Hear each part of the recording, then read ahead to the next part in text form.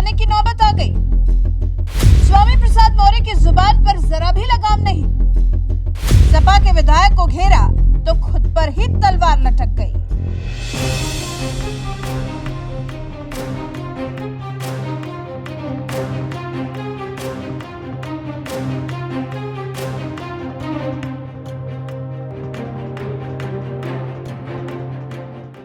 जी, लगता है जैसे स्वामी प्रसाद मौर्य की समाजवादी पार्टी में भी अब उल्टी गिनती शुरू हो गई। सनातन के खिलाफ, रामचरितमानस के खिलाफ, भगवान राम के खिलाफ बोलते बोलते थक नहीं रहे हैं स्वामी प्रसाद मौर्य।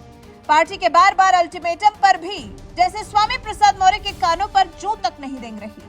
उनके बर्ताव में कोई अंतर नहीं आ रहा और चुनावी माहौल में जैसे वो सपा का नंबर गेम ही बिगाड़ने में लग गए। अब तो समाजवादी पार्टी के ही नेताओं से स्वामी प्रसाद मौर्य भिड़ने लगे। अभी हाल ही में अयोध्या में रामलला की प्राण प्रतिष्ठा को लेकर समाजवादी पार्टी के वरिष्ठ नेता मनोज पांडे ने अपनी ही पार्टी के महासचिव स्वामी प्रसाद मौर्य पर तीखा हमला किया था। उन्होंने स्वामी प्रसाद मौर्य को विक्षिप्त करार दे दिया था। कहा था कि जो व्यक्ति अपना मानसिक संतुलन खो चुका है वो ऐसे ही बोलता रहेगा। वहीं जब स्वामी प्रसाद मौर्य के पलटवार की बात आई तो उन्होंने तो जैसे हर सीमा ही लांघ थी और सीधा सपा के विधायक मनोज पांडे को बीजेपी का एजेंट करार दे दिया।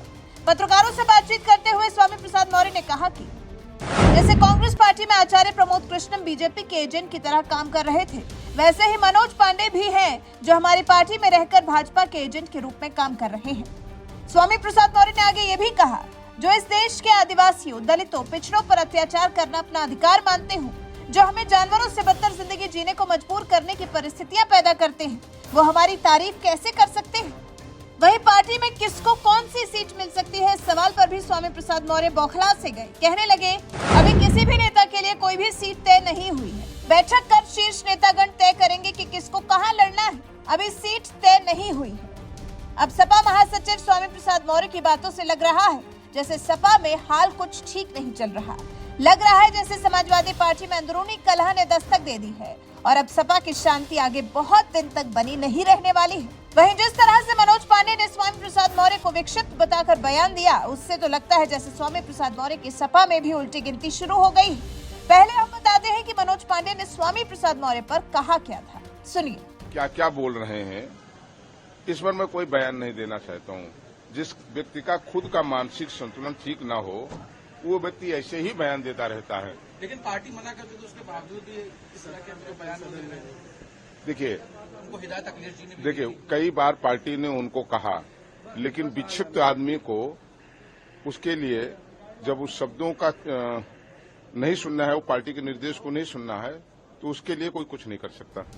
तो सुना आपने, अपने खिलाफ दिए गए मनोज पांडे के इसी बयान पर जैसे बौखला गए हैं स्वामी प्रसाद मौर्य। पत्रकार अभिषेक उपाध्याय ने लिखा है, इस बयान को सुनिए। स्वामी प्रसाद मौर्य के समाजवादी पार्टी से विदाई कभी भी हो सकती है। मनोज पांडे जैसे खांटी नेता बिना आलाकमान से पूछे स्वामी प्रसाद मौर्य के लिए विक्षिप्त शब्द का प्रयोग नहीं कर सकते। यूपी में बड़ी हलचल होने को है क्या?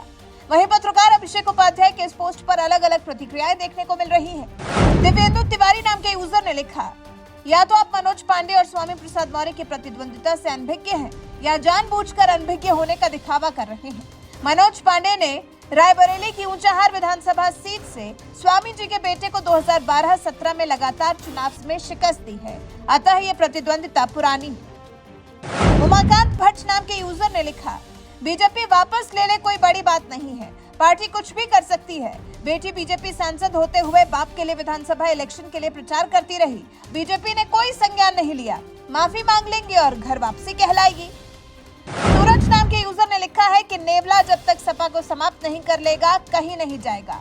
वो तो जयंत और राजभर के कारण सपा 100 सीट जीत गई, अगली बार 25 पार नहीं करेगी। इनको लगता है केवल स्वर्ण और बनिया ही हिंदू हैं, जबकि बहुत सी सनातनी दलित भी हैं जो भगवान से प्रेम करते हैं। तो कुछ इस तरह से मनोज पांडे के बयान पर और पत्रकार अभिषेक उपाध्याय की आशंका पर लोगों ने जवाब दिया है। मतलब साफ है कि पार्टी के अंदर कलह तो खूब हो रही है। अब पार्टी इस पर कुछ भी कहने से बचना चाहे तो कर ही कह सकते हैं।